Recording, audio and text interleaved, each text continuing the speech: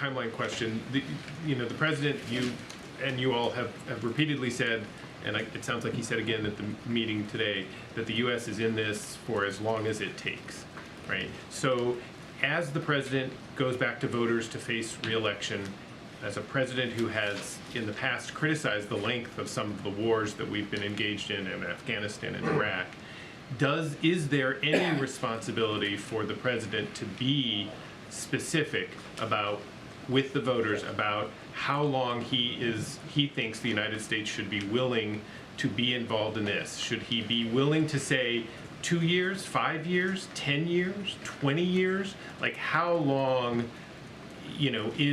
does he commit the United States to being in this system, in this situation of what is costing tens and tens of billions of dollars on a regular basis?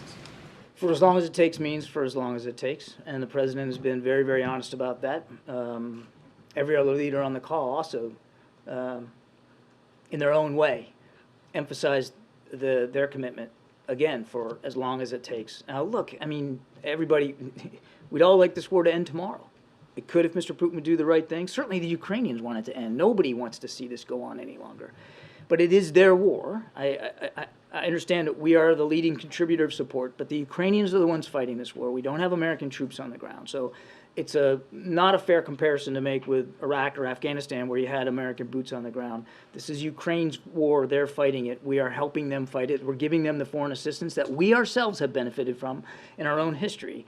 And again, we're going to work as hard as we can with might and main to make it possible for Ukraine to end this war as soon as they can. But it has to be done in terms that President Zelensky's comfortable with, the Ukrainian people can accept, and that ends up with a whole, free, prosperous Ukraine with international recognized borders.